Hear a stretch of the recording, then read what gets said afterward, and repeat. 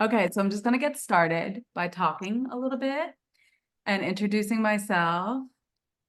And it's okay if you have to leave early. I'm going to talk about a lot of different things and how I work. I'm super excited to share. I will say, yeah, thank you for being here.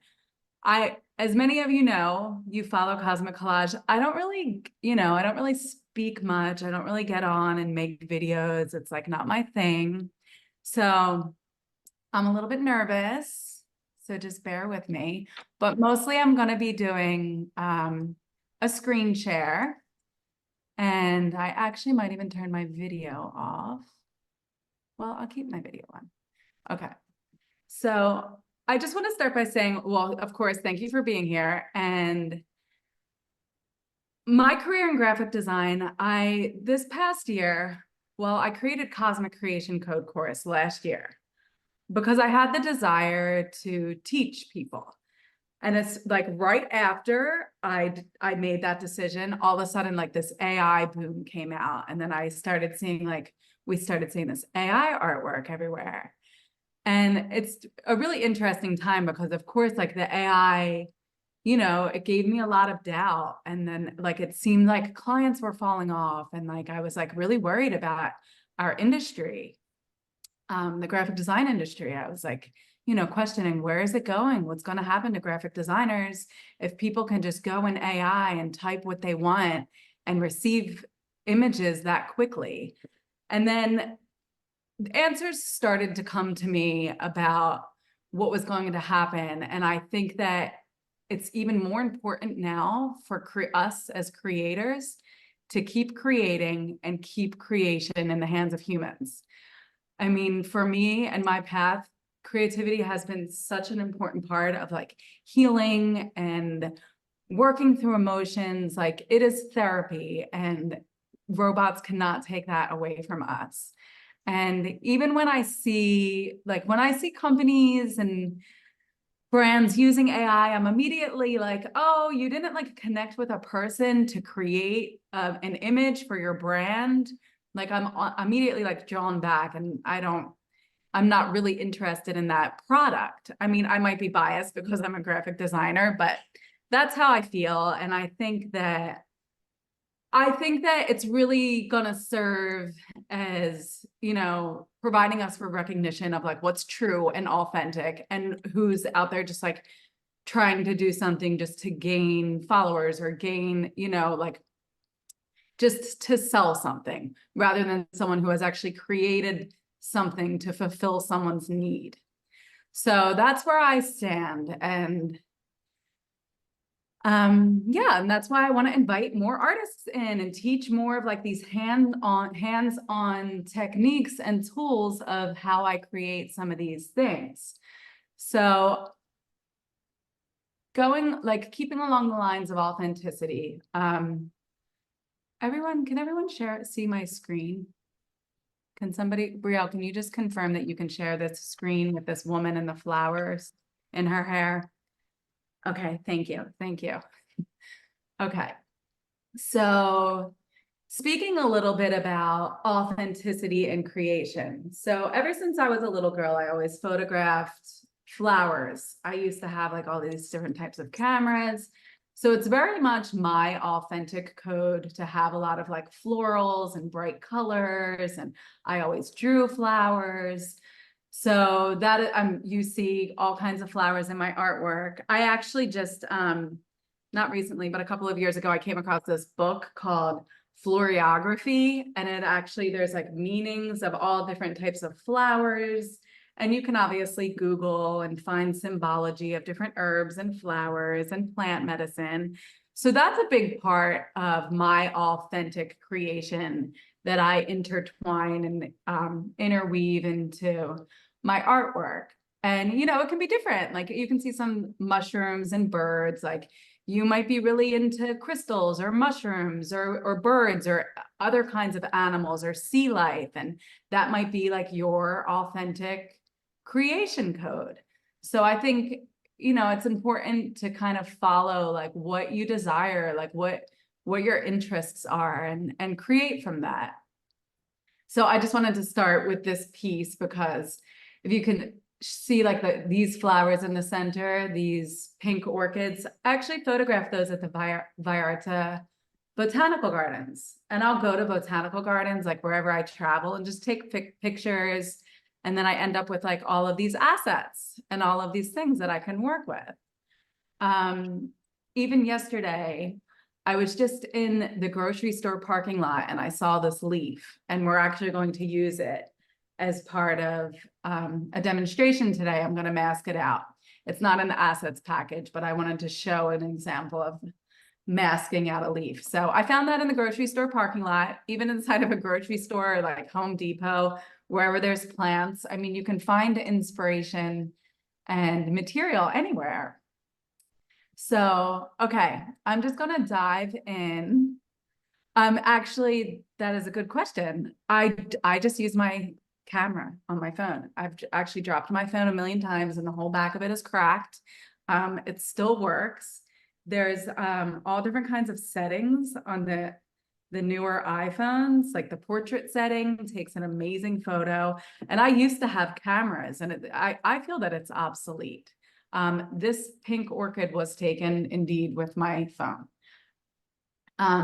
Just to talk a little bit more about like where I get some of these other flowers and images. I use Unsplash a lot because those are Creative Commons, so you can legally print them on any kind of merchandise and there's no royalty. Whereas like if you use something like Shutterstock to get photos, which I do sometimes, you just have to purchase an extended license to be able to legally merchandise. So like when I say merchandise, this isn't what this workshop was supposed to be about, but like I used to make these bags in a store, and for the agave plant was actually from Shutterstock. So I had to pay like $99 to get the extended license on it to be able to sell a product that has the image on it. Okay, so going back to just Photoshop. Okay, so this is where I always start. File new. Okay, when I create pieces of artwork, I wish this wasn't the case, but I post them on Instagram. So I always start with a square. And you know, this is a preference. I always start with the 2020 and I do 300 DPI. These are a few of the points that I said that I would speak about. So 300 DPI, anything that is printed high quality will be 300 DPI. Anything that is on a website or a screen is 72 DPI. You can also print at 150 DPI. So for example, if I were to make something 20 by 20 inches at 300 DPI, in order for me to print it at like 40 by 40 inches, I could go down to 150 resolution, and that is actually acceptable for like large scale prints. But anything like this, that it's going to be like really detailed, or like the journals that I print and like different, like the projects, like print projects, like the Oracle decks, everything has to be at 300 DPI. Okay, and for this demonstration, I'm going to keep this at 72 DPI because when you're creating at a larger file size, like 300 DPI, for example, you do get, you know, your computer could slow down.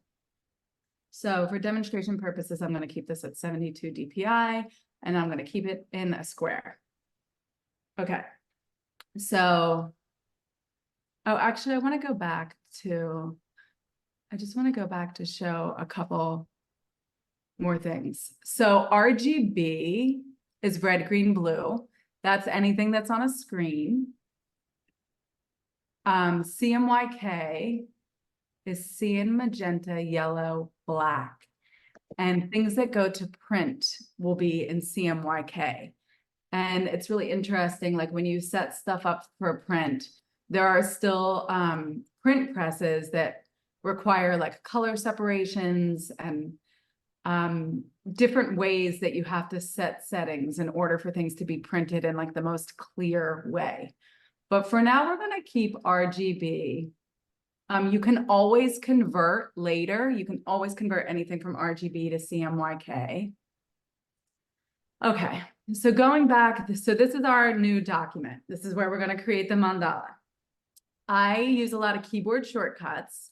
So this is another thing, like I'm creating in Photoshop. You can absolutely make these collages and create in like Procreate or on Canva, but you're not going to have all the tools and access to everything that Adobe gives you access to. So my recommendation is that if you really are serious about a career in graphic design or creating digital artwork for, for a website, or if you want to create your own Oracle deck, I highly recommend that you learn Adobe programs, Photoshop. I use Illustrator mainly for logos, but Illustrator is really good for creating like vector symbols. Again, that's another workshop. Okay, so when I get in here, the first thing I want to do is save. So I'm going to save in the Learning with Lori. This is large document format, not necessary. We're just going to save it as a PSD, and we're going to call it Demo Mandala. Okay. And then the second thing I want to do is I see how I just hit Command R and see how the ruler came up here. You hit Command R again and the ruler goes away. I'm big on the keyboard shortcuts. I think it's somewhere in here, View, Ruler, and then right now I'll get into guides. So what I do, you take your cursor and you hold and click and you pull it over to the center line, which is 10. I do the same thing going on a horizon line. So now we've got a center line going vertically and on the horizon. Now, specifically, if I'm creating anything that's a mandala, I want to do this. So I can always find that center point. Okay. And I'm actually just going to be creating from the assets folder that I provided, and I don't really have a plan. I created a bunch of them for the materials to promote this. Okay, so here we are. Here is my folder, and I'm just going to I'm going to grab everything, except I don't want that because that's the zip file. I'm going to grab everything and I'm going to open it I do a right click and open with Photoshop. So it's going to take a minute. They're all just going to start to open. And everyone should have gotten this file. And then, I typically don't open this many files, and you can see why. I want to go back to the original file. Okay, another way to do that is to just go to the demo mandala and open it there. Okay. So basically you can do this many ways. I often do this the lazy way, where I take the layer and I drag it on to my canvas. Now, here's an interesting thing that I did with this. So I see this, and if I really wanted to create a mandala that was completely symmetrical, which I often like to create things symmetrical, I do this thing where I actually remove half of it. And this is the marquee tool. And I don't know, I'm going to try to explain as much as possible. I don't know how many people on here have a lot of Photoshop experience, or a little bit of Photoshop experience, or none at all. I mean, obviously there's going to be all levels of this. And I mean, that's why I offer the course and the mentorship and a monthly program. So I can kind of figure out where you are. Okay, you lost how I did the lines. So going over this toolbar, and actually within the Cosmic Creation Code course, we go over all of these tools. So this is this main tool is how you select a layer. Okay.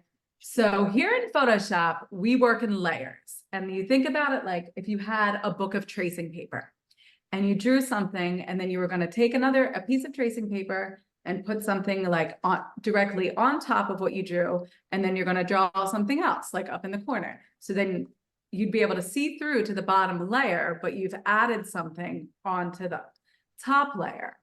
So I'll just give you an example here. So I can take this layer and I can duplicate the layer by dragging it down here.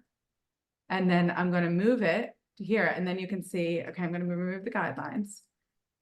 Then you can see I have two. One is on top of the other. I'm actually just going to do a little color adjust here. So it can just, you can exaggerate and see how we have layer one, copy, and layer one. So here, the order of layers, whatever is at the bottom is at the bottom, and whatever is on top is on top. So that's essentially how I create my artwork. It's created in layers. Pretty sure you should just go to the number on top or slide and drag the line. I'm not sure I'm following that. There's multiple ways that you can duplicate your layer or make more layers. Or when, for example, I'm going to drag these wings over here, and that's going to go to another layer. You can double click and you can name your layers, which if, if you're sending your artwork to clients, how do you split the screen between Photoshop and Zoom? So Brielle, I might need your help with this. I think that you would just minimize so your window is not maximized. Okay. Yeah, that's it. Jessica, you need to minimize the Zoom window. And just going back to things that you might need, I actually work with two screens. So being on a Zoom call, especially for presentation purposes like this, I work with two screens. And I think to like continue and like serve clients, and if you're doing a lot of work, I just actually have an HP screen hooked up to my MacBook Pro. The color adjust, yes, I'll do color adjusting in a second. I just kind of wanted to explain the layers. And I wanted to explain, going back to, so I really wanted this to be like completely symmetrical. So I take my layer, purple flower, and I take this as the marquee tool. And with the marquee tool, you can do a circle, you can do a square.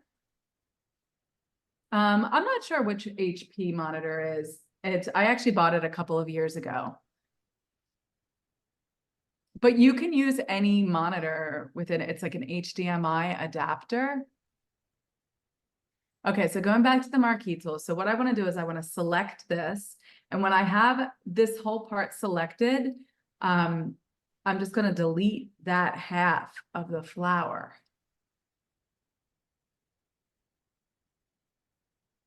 Bree, yes, you should definitely take notes and replay. I should have said that from the beginning. Pretty similar to Procreate. So my daughter works on Procreate on an app, on like a tablet, or she did like a few years ago. She's really not that into it anymore. But what I found was, well, with Procreate, I don't think you can use it on a computer. See, I use a mouse and a keyboard, and I feel that I have more control that way, with especially when we get into like a lot of details. I think on the tablet is, you just don't have as many options, right? I mean, with this simple stuff. So, okay, I'm just going to repeat that. So I'm going to drag this down here and duplicate this layer. And then I'm going to go edit, transform, flip horizontal. And then I'm just going to line that up. So that now you see I've turned that flower that was non-symmetrical into the symmetrical flower. And it's in two pieces now. I'm going to put them back. Oops, I'm going to redo it for you guys. Flip horizontal, just line it up. And I'm actually going to shift and select both of those. And I'm going to do a Command E to merge.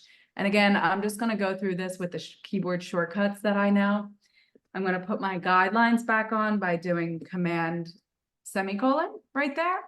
You can do guidelines are here. You can do lock guides, clear guides, et cetera, et cetera. Okay. So keeping on track with the mandala, I want to make this a little bit smaller. So how do I do that? Command T, and you see the transformation box gets put around it. You can actually, I'm going to take the transformation box off of it by hitting enter. You can see there's like all of these different places up here where it says, okay, show transform controls. So then every time you click on a layer, it will actually show those. That is your preference. I do not like to work that way because I like to have a clear vision of what I'm creating and be able to remove everything like outlines pretty quickly. Auto select is another option where you just go over and it helps you to quickly navigate throughout the layers. Again, it's something that I would prefer to just hit a keyboard shortcut. Okay, so the purple flower copy, I'm going to put the Command T and make it smaller. Now, if you hold Shift, you'll make it not constrained proportions. So I'm going to undo that by Command Z. Command Z undoes everything. You can set up Photoshop preferences, how many like Command Zs you can do. You can have it so it just does one, or you can have it so you can go back like 10 steps. Okay, so I'm going to just, I have mine set at constrained proportions without holding anything, but again, like you have to, there's a lot of detail in setting up Photoshop to function the way you want it to function, the way you feel comfortable. So I'm going to make this smaller and I'm going to move it back to the center. And a trick that I use, I didn't know you could, yes, you can set the settings in Photoshop. You can customize them to a lot of different ways. Okay, so I made that smaller and I'm actually going to duplicate it. And now I want to flip it and have it, you can do Command T and do it this way. And then if you actually hit Shift while you're doing it, it will like grab the guideline. So I just want to do it this way. And then I want to select them both and put them both in a transformation box. So as you see, over here, Shift, click, they're both selected, then Command T. And what I just noticed here is that it's not, do you see the center box here? I just line it up there and line it up there. And then I know that those are perfectly centered. And what I want to do is take both of these together as they're already selected, drag them down to duplicate them, put the transformation box on just the two, and then turn these this way. So then now we're starting to get what looks like a mandala. Okay. So then pretty much I just like keep going with this process. I'm a stickler for keeping the files named and organized. And another really good trick for that is you can actually select all of those purple flowers, because now this is like one unit. You see, you can move it together. It's selected together. You can group it and you can name it purple flower, purple flowers. And then that way, when you're like, if you're passing off, I don't typically pass off Photoshop files to clients, but if you're passing them off to say like an animator or somebody else, if you have an assistant and you want someone else is going to have access to your files, it's nice to have them organized. I will say that most of the time I'm just in like full on messy creation mode and I'm not organizing my files and my layers into subfolders and whatnot. And that's okay because you can go back and do it later. Okay, so I just want to show again like this, the little eye turns the layer off and on. And now we've got the purple flowers in a folder where you can expand it and see what's in there. And then you can close it. So then you're taking up less space here. Then I want to go back to the wings. And I just wanted to add this. I probably won't duplicate this. I just kind of want to, like, I think it looks good there. I mean, we could duplicate it and follow the same the same technique that we did with the other one, and that looks cool. And so I want to change the color of these wings, and somebody asked about changing color. So I'm going to merge these by hitting Command E, and I merge layers. You can see, you can find all of these like layer options and different actions here. And right next to them, you can see the keyboard shortcut, like the group layers, hide layer. What I'm going to do is I'm going to merge these layers. So I'm not going to do it here. I'm going to do it with the Command E. Okay, so I've merged these, and now you can see they're moving on the same layer together, not in a folder. And the reason that I did that is because I want to adjust the color of them. And there's different ways that you can adjust colors. So we've got the two that I use. Well, you can turn things black and white there, and then you can adjust the different color tones. And that actually looks cool, but for demonstration purposes, I'm going to go back to the original color and show you hue saturation. So the hue is like the overall tone, and you'll just slide up and down here and see how that changes. And I want to create something that's like really purple. Okay, so we've got purple, and then if you go to saturation, if you go all the way to the edge, you'll see it like really just like makes it really bold and really brightly colored. You can take it down if you want to do something that's a little bit more like muted and moody. Then you take the saturation down a bit. And then we've got the lightness and the darkness, which really just like the lightness just like pulls color out, and the darkness. Okay, so I want it to be a little bit more saturated, and I like that color. Another way of adjusting color here is color balance. And obviously this kind of like speaks for itself. If you want it on the blue or red side, you can play with this in so many ways. Thank you, Emsley. Okay, so there's that. Okay. So then I wanted to just like, I can just continue to pull different images of flowers on here, and creating a mandala, I'm just following the same steps, right? So I'm just following the same steps. I want to select them both together, and I want to see that little box falling on the center line. I can actually merge these two by hitting Command E, flipping that. I can do edit, transform, flip vertically. That's another way to get the reflection or the mirror of those flowers. You can take that two again, and you can take like a whole bunch of them, and you can actually take all of them and keep repeating this process and make like a really elaborate mandala. So we've got like, if you can see how it's just like a tip to like quickly create more pieces to your mandala. And then now that I look at this, like you can I grouped those, and I hit again, Command T, because I can transform and adjust the size. I think that would be cool just to make those a little bit smaller. And then again, I always do a little check to make sure everything's aligned in the center. And that looks good to me. And then, you just keep going on this. Following, I just duplicated this and maybe put that in the center. Now it's starting to look like a kaleidoscope. A really important thing is now I want to hit Command Save. Always save your work. Photoshop does crash. It happens. Okay, so I hit Command Save, and this box popped over on the other window, and I couldn't find it, and it wasn't allowing me to do anything, but there it is. So we just want to save because the file name was not valid.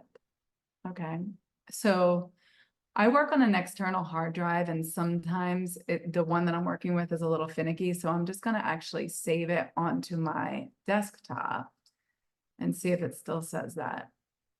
No, it doesn't. So, you run into issues and problems. It's like tech stuff. Can you also adjust the size of the canvas of the canvas as you did with the mandala?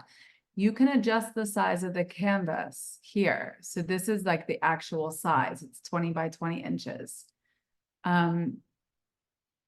Yes, you can. If you were to cut this into 10 inches, it's gonna tell you it's gonna cut it off, and that's what it will do. And then it will like cut your whole, well, that will just cut the canvas size. But yes, you can do that.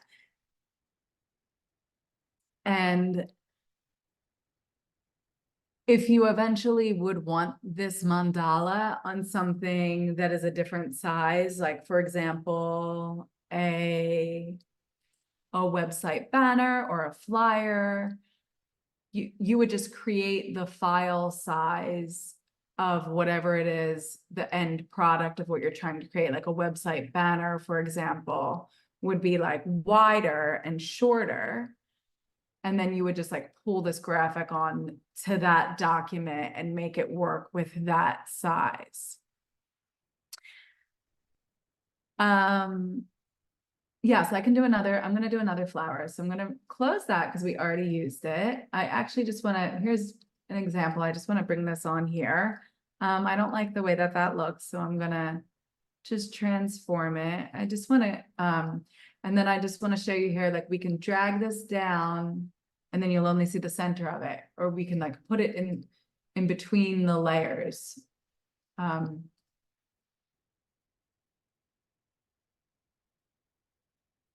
Okay. And what we'll do, I want to find, we already used that one, so I'm going to close that. Okay, here's a good flower. I'm going to, as per Maria's request, okay. I dragged this other layer on here and I want to do, I'm going to do again, how did I make this flower perfectly symmetrical? And what I'm going to do is I'm just going to turn off all of these layers so I can just focus on this flower. And then I'm going to name it, if you double click right on the title, you can actually rename it Orange Peach. I don't even know what that is. Is it a daisy? Okay. So then what I do is I want to put my guidelines on by doing command colon or semicolon. And then I just want to take the marquee tool, cut off either side. You can do it either way. This time we'll do this side just for demonstration purposes. Dahlia, is it a dahlia? I have some other dahlias that have like a whole bunch of more petals. Okay, then I'm going to drag that down there, duplicate it, edit, transform, flip horizontal, and then pull that over there. So then we have a perfectly symmetrical flower. Other things that I like to play with, like I would pull another one on and make it a little bit smaller. And then now, like you can see, it's just kind of like layering. And to me now, it looks more like a dahlia that it has like more petals. But then you can just like edit and adjust this top layer like a little bit. So it's like a little bit more orangey or a little bit more red, I should say. And then actually we can like do that again. And then make that one maybe like have a little bit of magenta. And then again, like the idea is mandala. So mandalas are like these like repetitive kind of like cyclical designs. So this is actually a good way to show like mandala work. Okay, so then now all of a sudden we have like this whole different thing from like this flower. So it's pretty cool how quickly you can transform something to become like its own thing. So I'm going to go ahead and group that. I really like it. I'm going to call it Rainbow Dahlia. And I'm going to duplicate it and I'm going to flip it and bring it down here like this. And you know, like when you're creating stuff like this, you can like this is starting to look like really trippy, which is cool. And let's see what it looks like with all the other stuff. I mean, we could like take this and like you can just see it, like you can go crazy. So I want to take the 2 rainbow dahlias that I created and duplicate them and see what that looks like there. And then I feel like maybe this is more of like, make it a little bit bigger. So for demonstration purposes, I keep making things bigger. I want to share the importance of sizing and how it works with resolution. So if you have a small flower, and I'm just gonna, demonstration purposes, I'm gonna go back to another flower. Let's take this rose. Okay, so I want to make this rose really tiny. So I'm going to make it really tiny. I just want it to be like an accent rose. And like, so what if I want to go back and have that rose big again? Watch what happens when I make it bigger again. Like, see these pixels? Like, do you see how blurry that is? Like that lost all of its quality. So under no circumstances can you make something smaller and then make it big again, because it will lose the quality. It will create what's called a moire, and it will get out like all pixelated.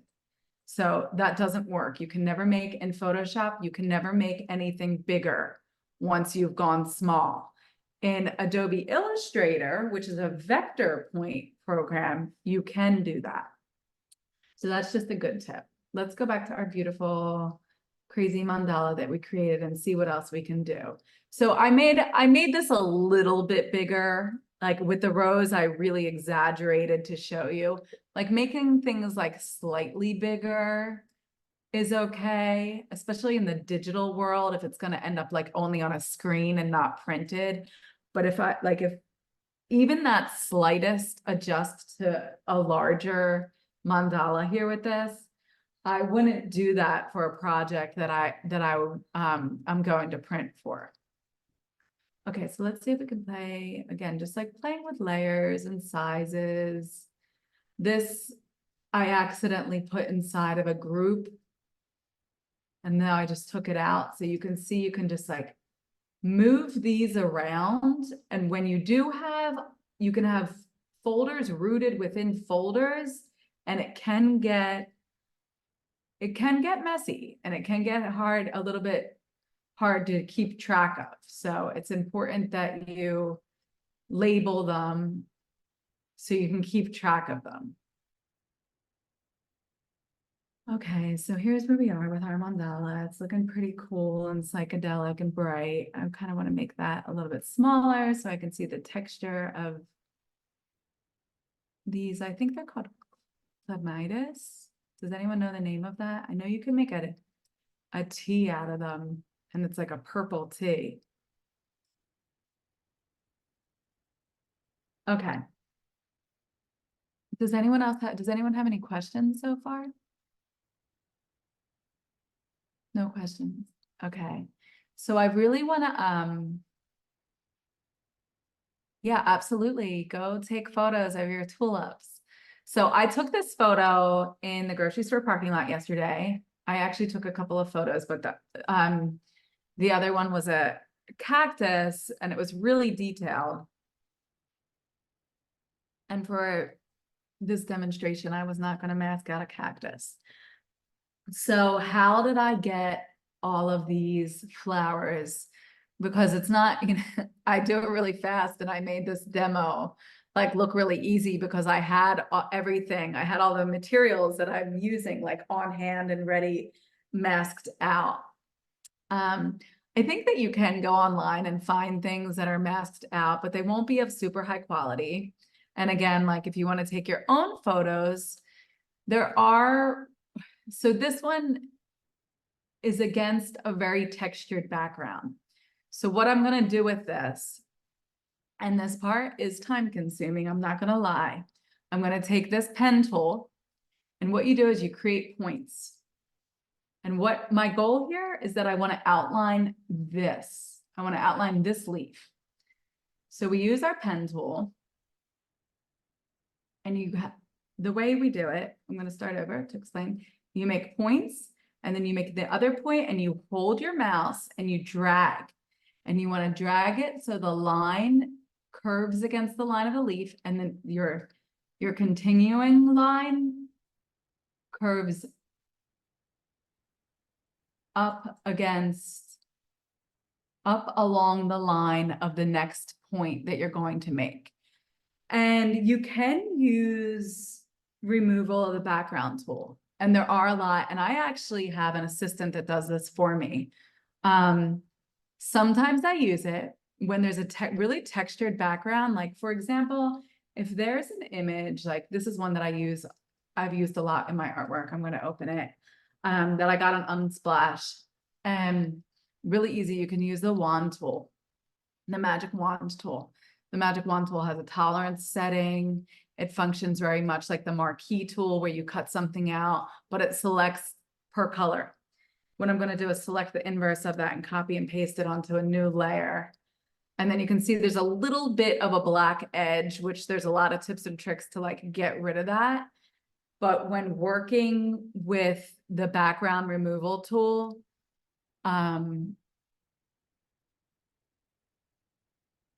you know, sometimes it's just like not quite as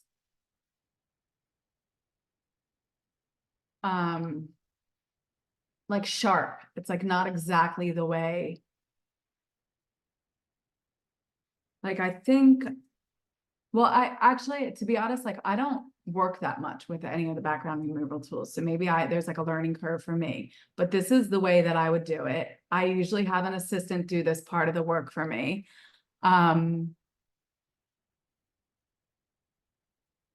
also, since I've been creating so much and I've had so many clients over the last few years, a lot of these tools, like, you know, maybe they've advanced, but I do have an assistant do most of this work for me. But when I do it, like, this is the way that I do it. I do it manually.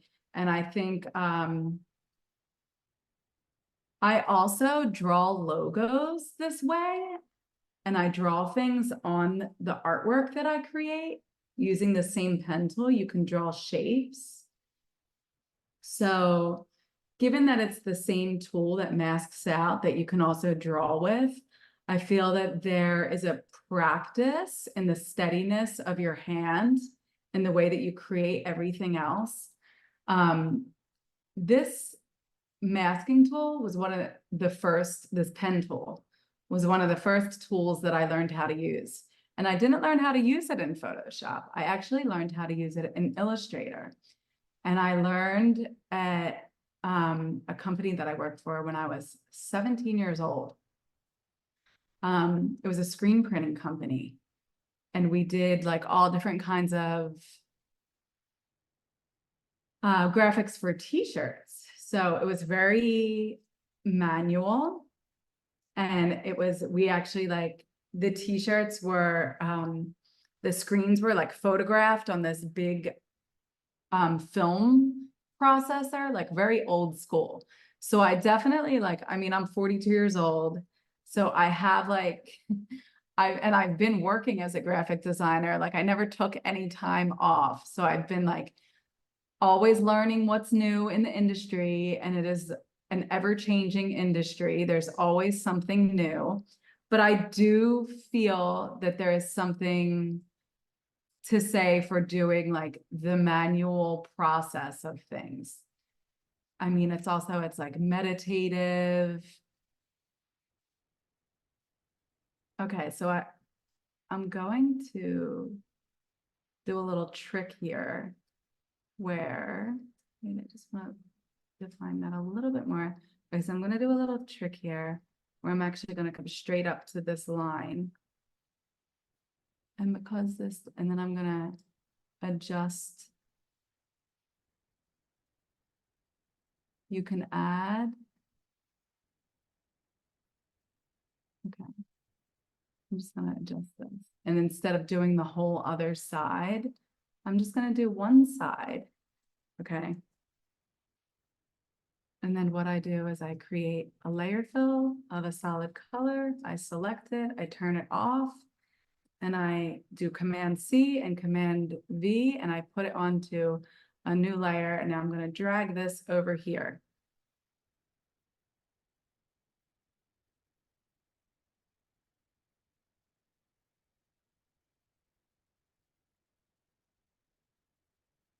I use a mouse, and I used to use a different mouse, and I noticed like a lot of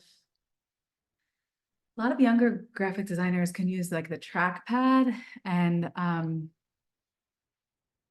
it is a mindful practice. And I just never really felt like I've done it with the trackpad, like traveling and trying to do stuff, and I can definitely do it, but I just feel comfortable with the mouse. So I only messed out half of this leaf, and I'm gonna take it and do the other side. I think I'm gonna flip it. And there's probably gonna be a little space in the center because it wasn't exactly straight. Yeah, see, so like these leaves wasn't exactly straight, so, but that's okay. Okay, so I'm gonna take it and group it, and now I have this leaf. Notice the leaf has some like little manchas, sorry, manchas, little stains. Okay, so what I'm gonna do is I'm gonna merge it and I'm gonna select it. So the reason that I'm selecting it is because I'm gonna go into this clone stamp tool, which is like the coolest tool ever, because you can take a picture of the way something is like this. You can take a picture of like a pattern. For example, you hold Option, you take a picture, and then you can like put it over there, which is super cool. But I just want to use it like I actually want to get a smaller one, and I want to utilize this tool to kind of get that little stain off of the leaf. You can adjust the brush size here so I can make sure that I'm getting it like as detailed as possible. Get that little stain off of there, close that. So yeah, I use this, the rubber stamp tool. It's so cool. And you can use it in like bigger, for bigger things, and actually like duplicate things with it as well. So just clean this up. I actually should have cleaned, like now that I'm here, this is all part of the process. I should have cut out the side of the leaf, cleaned it up, and then duplicated it to the other side. But anyway, I did it like this. This is kind of a funky leaf. It has like, it looks like an animal or something. And I don't really love the way the color looks, so I'm gonna adjust it. I know sometimes I just take the long way, and sometimes it's okay because I just need the meditative practice.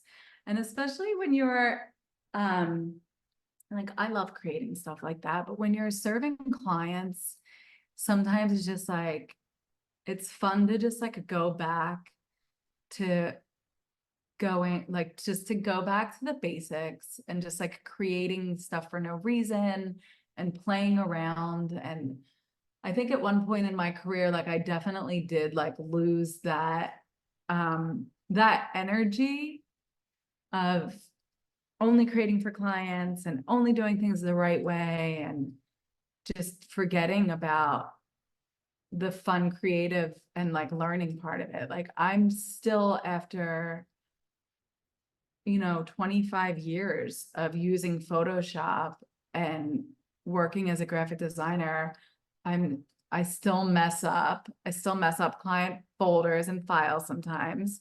I still forget things, and I'm still learning. And I think,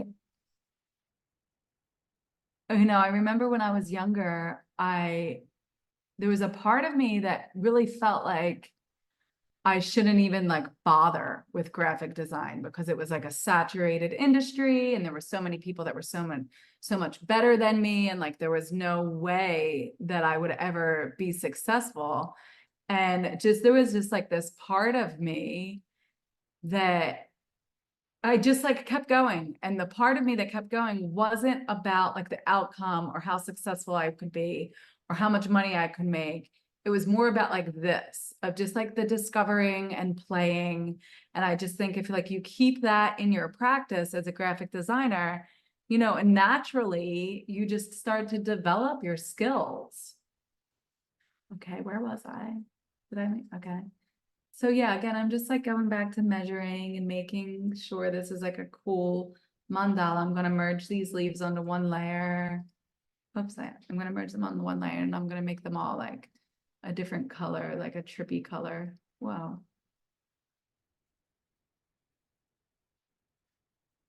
All right, I'm gonna close that file and not save it. I actually, and you know what? I actually thought that that leaf was like way cooler when I saw it in the parking lot. Like I might not even ever use it for anything. I'm just throwing this in there to give it like a different shape because I don't have anything that like sticks out like that. Might look cool like sticking out here. I would want to put it behind just to create some like interesting negative space. And then I would take that, duplicate it, edit transform, line those up. How did you layer it behind the other layer? I missed that. Okay, so I will show you right now. I'm just going to duplicate these. So I'm going to put all of these orange flowers that I just pulled in and put them on a group. And what I did is, see, I dragged this whole group and put it up to the top. And now it's hard to, this isn't good for a demonstration, but now see, they're on the top. You can see the green stems are on the top of everything. And I don't want to see that green stem. I want these to be behind. So I want to take it and I want to put it all, drag it all the way down here. And then you can see it like just goes behind. So then I, just to show an example of like these blue flowers are like in the middle somewhere. And I'm getting a little crazy with my groups and my nested folders and whatnot, which is fun though. Okay, this was just an example. So I want to add a little bit more green. Like I think every time I create like these mandalas, I kind of just go in and like just fill things in and play and add color to create contrast. See how everything would look. I like those green leaves behind. Again, just lining up, duplicating. So, I mean, I think the creation of these mandalas is quite simple. Like if it's pretty much you just like follow that pattern. There's so much more that I could get into, like with the cosmic, like glitter and layers and like really creating like texture, but that's another workshop. Oh, here, I love doing this with butterflies just to make them perfectly symmetrical. And not everything has to be perfectly symmetrical. I have a tendency to try to make things symmetrical. Oh, okay. So I should have left that up. It said the selected area was empty. So I had the marquee tool like that somewhere. So that's why that popped up. So when I tried to flip it, it said there's nothing there to flip.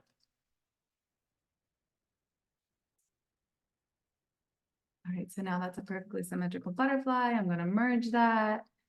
And I want to create like a little butterfly circle. So I'm going to do same process, duplicating, flipping, grouping, duplicating, flipping. And then you just really start to get like a really cool design. I actually like the way this is turning out, even though I don't love this green leaf that I would actually just turn that off. I don't know. Okay, let's just keep adding to this. And are people, thank you. Is anyone following along in Photoshop, and am I doing a good job? Are you able to keep up? I know. I love how when I do stuff like that, like I didn't expect that to make a star. And I actually, it's interesting, like the way that I work, like things just kind of come out and happen. And I actually have like the symbols book. So like if I was sitting here working by myself, I would actually like look into like, well, what does that star mean? And like, what else could I add in there? And like, what is like where's the meaning of this going?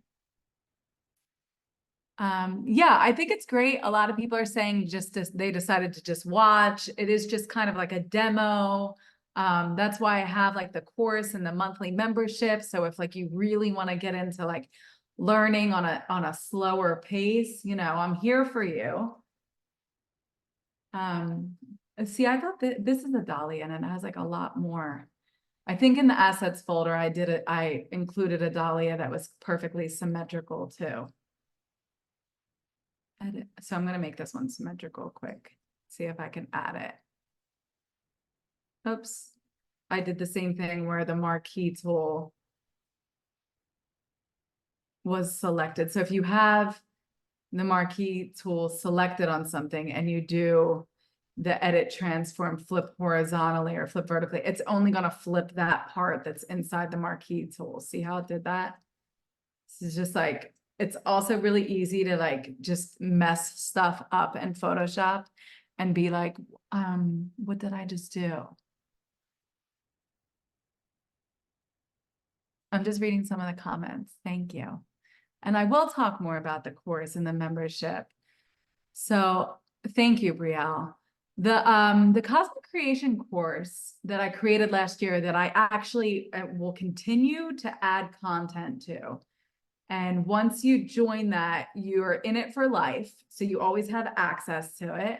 And all of these videos and everything that all the monthly calls that I do and the monthly calls for the memberships will always be in there. And it's a go at your own pace course. And I think that it's really targeted towards graphic designers and novice graphic designers that have a desire to serve clients.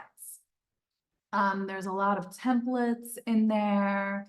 There's like email templates and contract templates, and even templates like, so for example, if I were to create this for a client, and clients need, like, they need to have their needs met as far as their assets. And this is also like, this is a whole other workshop. But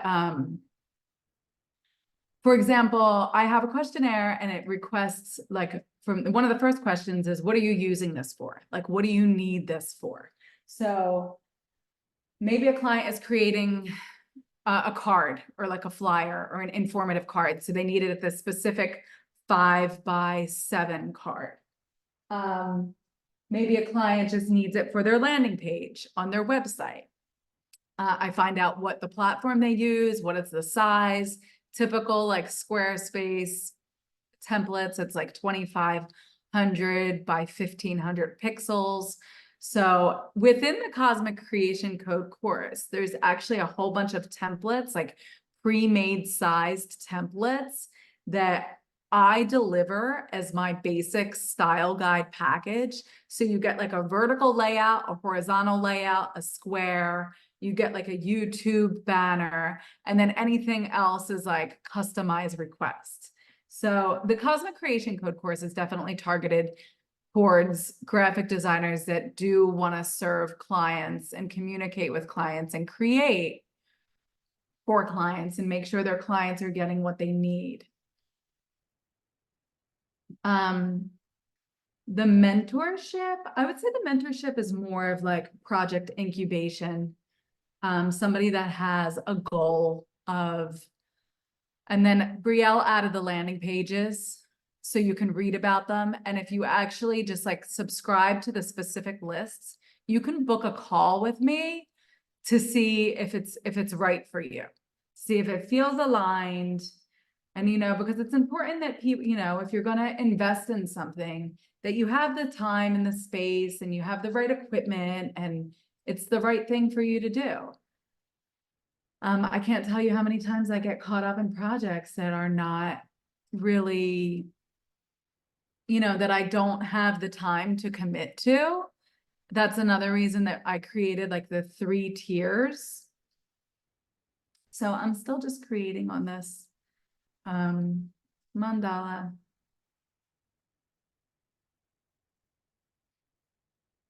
Let's see what else we had to put on there.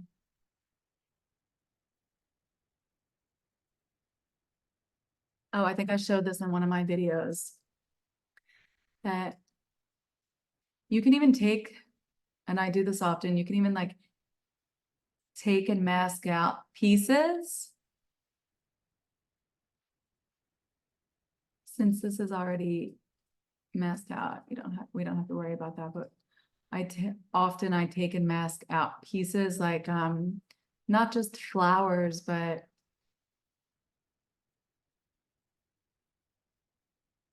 give me 1 second, I lost my window. Not just flowers, but like animals. Like for example, like I'll take off like the horns of a ram, or like the horns of the antlers of a deer. So I'm just gonna copy that and bring it over to here. And okay, so it landed where my where I was on a layer. So it's lost in there somewhere. So I can see it's selected, and I'm just going to drag it and move it around and figure out like, okay, there it is. So I want to drag it and bring it to the top so I can work with it. And I'm going to keep it up in the corner there. And again, I want to make it symmetrical. So I'm going to use this technique here.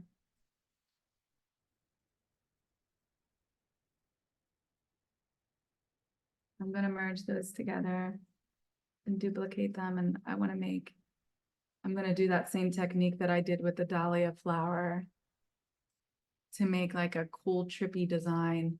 And it's just kind of, you just keep repeating. I mean, that's kind of what mandala work is.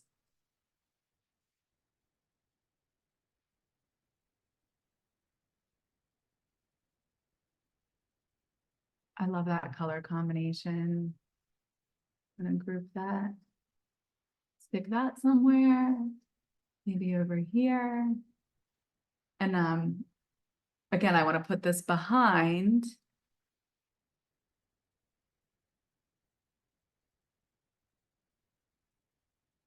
And then like, after having that there, it makes me think, well, I don't really like those orange flowers. I think I want to take them out. I mean, your preference. So I want to add these.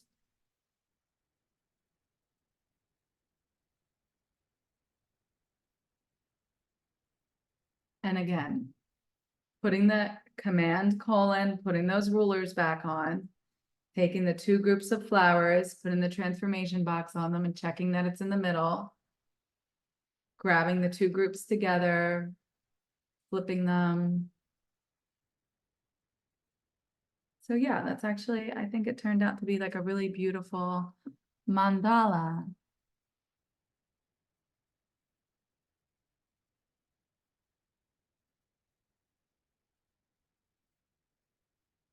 I'm just reading some of the comments.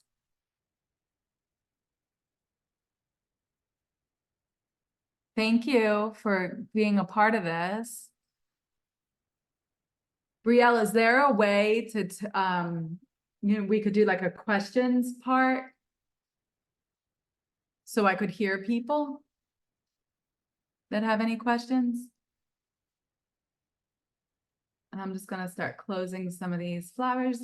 This flower, I actually bought this at a garden center. It's in my other house, and I photographed this, and this is a good example of one that I would want to make symmetrical.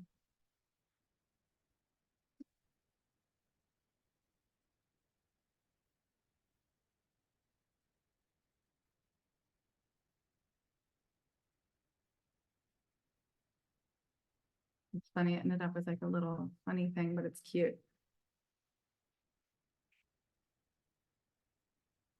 Thank you, Bree. Thank you for joining.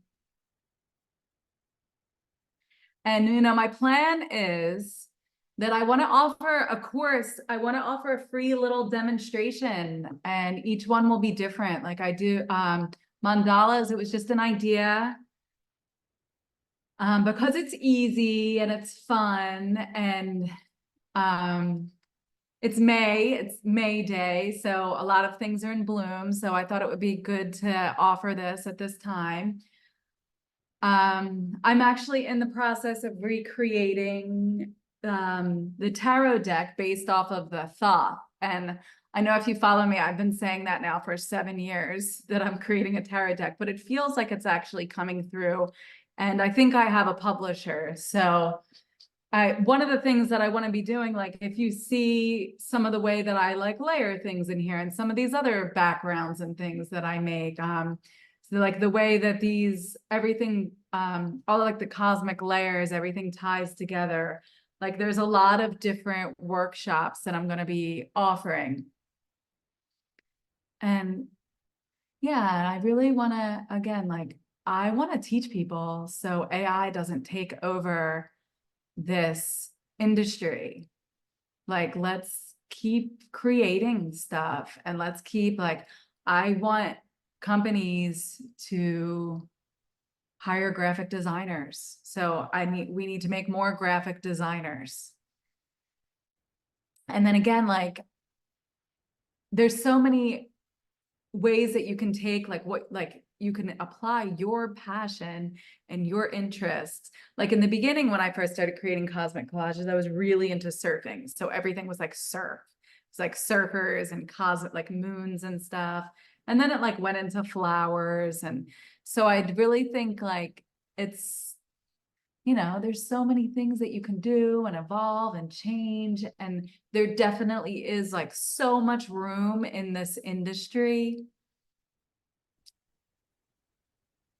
And yeah, wait, let's go back to the mandala. Yeah, I really like the way it turned out. I actually like it better than most of the ones that I posted for the marketing for the sign up. So yeah. Hey, this is Emsley. Can you hear me? Hi, I can, Emsley.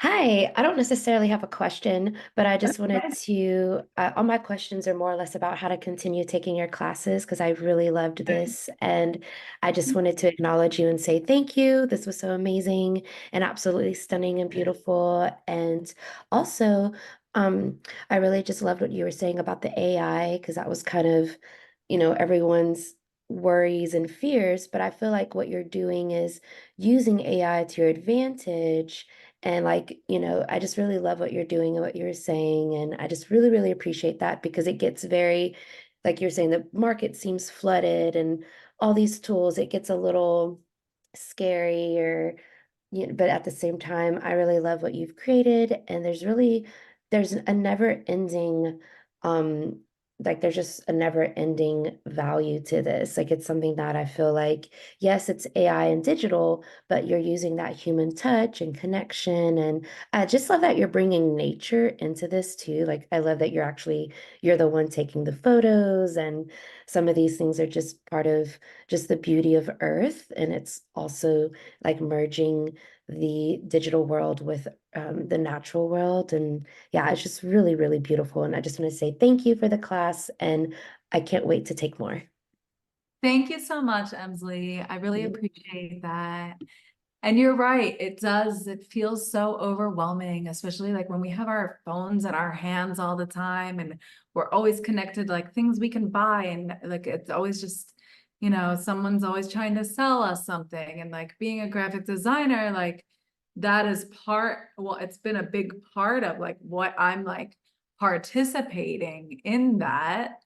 And I think there are so many ways to do it through authenticity. And it doesn't always have to be for monetization either. Like that's the part that I really want to speak to is like, you can just like, I'm not going to do anything with this mandala. Like I'll send it out to this group for participating. Like just if this is printed and hung on someone's wall as just a reminder of the space that we shared, like that's good enough. Like that's what this artwork serves. Honestly, watching you do that was sort of therapeutic. And I'm like, even if you're not doing a class teaching and talking about what you're doing, just to visually watch it come together with some music in the background maybe that could be like a YouTube channel for you because that was just therapeutic just watching you put it together. It was so Yeah. cool to see how the little things came through. And it's just to see the final product is one thing, but to have traveled with you on your journey to make this happen was really a beautiful thing to witness and discover. Thank you so much. I do have a YouTube channel and I have a couple videos on there. Oh, awesome. I'll go check it out. And I don't have a lot of this content, this type of content on there. I plan on adding more, but again, like I get caught up. I serve clients. I have two Takes a lot of time. teenagers, and I think another big part of being a graphic designer is like you can do so many things. And that's another big piece that I speak to in the mentorship and in the course is like the authenticity and the path that you want to take and what you want to choose to do in this industry is important because there are so many things that you can do. Thank you, Ensley. Somebody asked, how do I decide when I'm done? And do I often get stuck procrastinating with perfectionism? And how do I manage my time? Those are really good questions, Mara. It's really hard. I think it's easier when I just put something on Instagram because I'm not super attached to that. And I always know that I can go back and change things. I actually just completed a board game that's being printed with a client. And we worked on it for about 8 months. And her and I both, like, we just kept wanting to make it better and better and better until it got to the point where we were like, okay, we have to stop. Like the project progressed and developed and like went through so many layers of its creation that it is difficult as a creative to kind of like cap that off. And that's why I've been working on a tarot deck for 7 years, but it has taken a lot of my like my intuition and like determining what's right for me and what's not right for me, like as far as projects. Whereas like, when my kids were younger, I kind of didn't have a choice and I would just like take any job that I could get. And when I first became a graphic designer, I did websites for, like lawyers and plastic surgeons and mechanics. And like now it's just like the development of the authentic path really does help you to be more definitive with what you're creating. It's like the alignment of what you want to create.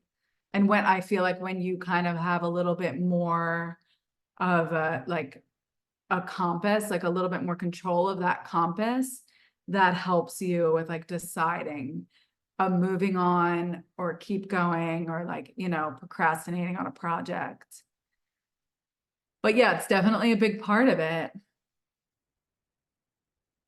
Does anyone else have any questions that they want to hop on? And I'm trying to read all of the, thank you so much, Sue.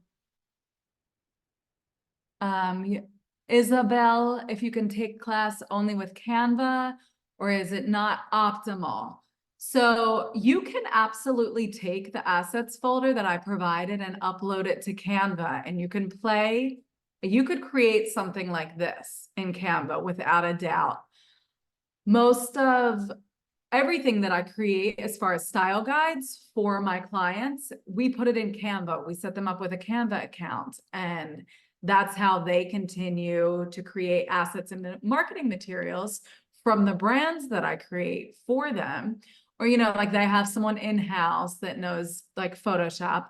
But my recommendation is if you're serious about serving clients or creating a project that's going to go to print, like, for example, like a board game or an Oracle deck, or, it could be anything at all. My recommendation is to use Photoshop and not use Canva and develop your Photoshop skills, because it's within Photoshop that you're going to have control over like the printing settings and like that you're going to have all of the files on like a local hard drive. And it's definitely the professional route. Maria or Mara, I'm sorry, the screen monitor specs that you would recommend to go with a MacBook Pro. I just have this HP monitor. I can send some links out on my next email Brielle, would you make a note of that? It actually, the monitor that I have is like nothing fancy, and it maybe was like a couple $100. I actually have computers in like all of the rooms of my house. So I have different monitors that I just hook up to MacBook Pros, and I have an iMac. I will say that there is a little bit of like a color difference sometimes, and you have to kind of adjust the monitor. But you can work with anything as long as you can get the HDMI adapter, which you can get on the Apple website. And I can do a newsletter that just has like a few links of things that like would work. Another thing that I always stress, and you know, the Adobe Photoshop, you can get the 7-day free trial, and then I think it's $22.99 a month. That's just to use Adobe, not to use their whole suite. But I purchased these. It's Adata is the brand, and I have just like, I used to use a different brand, but I have tons of these I have everything from my college portfolio, like still here. I used to use like this other brand, like I have tons of these everywhere, and I label what's on them. So, you know, as you progress in time and you start to create a lot of stuff, it's important that you're not just keeping all of your files on one computer that could possibly crash. Nowadays we have like a Google Drive that you can use as a backup. I use Google Drive as a backup for my client folder files, but not necessarily all of my like larger scale Photoshop art pieces that I'm working on, but I do use these external hard drives a lot. I'm just going through more of the questions. If anyone wants to just hop on and speak as well. Adrian, how do I know which images are free on Pinterest, for example, for personal use? Okay, that's a really good question. Pinterest is not like a free place to get images at all. So nothing on Pinterest is available for you to work with.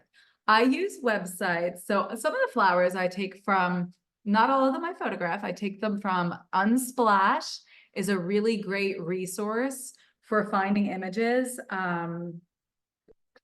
There are some discrepancies there. Like if you're going to use an image of a person, like their face cannot be recognizable, or there could be legal repercussions for that. So it's important if you're going to practice graphic design on a larger and international scale and have publications and offer your services to clients, you do have to, you know, be mindful of the images that you're using. I touched briefly on the point of I use Shutterstock sometimes, and you have to purchase an extended license if you want to use the artwork in like merchandising. So for example, like I use this as an example. There's an agave on this bag that I used to print and sell in my store, and I sell prints of this on my website. So the agave, I had to purchase the extended license. I think you can actually get 2 extended licenses for $99 US, and all of the details are on there. But that's also like, I go over that in the Cosmic Creation Code course, and that could be another workshop because there's a lot to talk about there. And there's a lot of other places where I source like vintage images and like vintage, like old images from science books from like the early 1900s that don't have any copyright on them. So those are like fun to work with and give a completely different style to the work. And Brielle added those. She added those links. Okay, I'm just going through. I hope that I answered all. You know, it's funny. So Krista, the cosmic Bob Ross, but to music. The other day it crossed my mind. I was like, could I be the digital Bob Ross? Could I do that? Am I the next Bob Ross? Thank you. Thank you so much. Sarah, thank you. I'm glad you were able to join. Sarah works also on branding, and I had a phone call with her. I'm just going through to see if I missed any other questions. And I actually, someone wrote something here about like magazines. I used to do hand cut collage when I was young, and my sister and I did decoupage. Like I did a bunch of pieces of furniture, and I live in Puerto Vallarta, or outside of Puerto Vallarta in Mexico. And I did a table and I put resin on it, but I was gone one summer and it was left out in the rain and it got ruined. But I just purchased like a whole bunch of resin and these molds. So I have my plan, and again, this goes back to like you can do anything, but you can't do everything. But I have a deep intention to do a lot of like hand cut pieces and go back to like manually creating with my hands to keep my creativity like, in a hands-on, more analytical way. Thank you, Maria.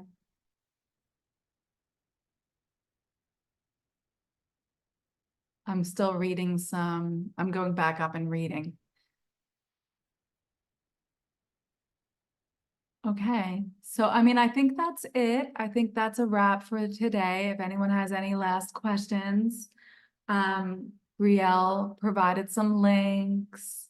And Thea, thank you. I missed yoga today, but I'll be there Friday. All right, so again, like you guys know where to find me.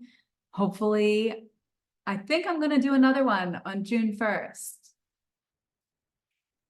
And the topic will be to be determined.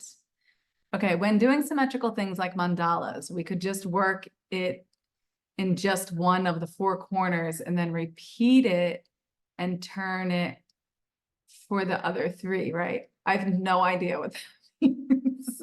See, this is why we have to have like a phone call. Sometimes, yeah, I'm not following that.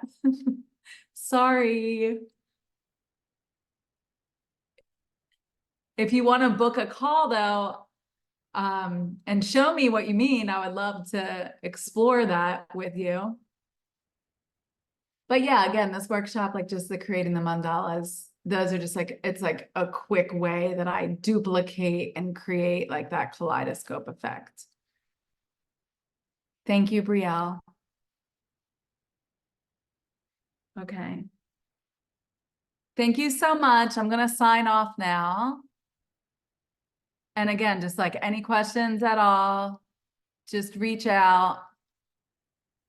It was so nice to have so many people participate. I'm super honored. Thank you.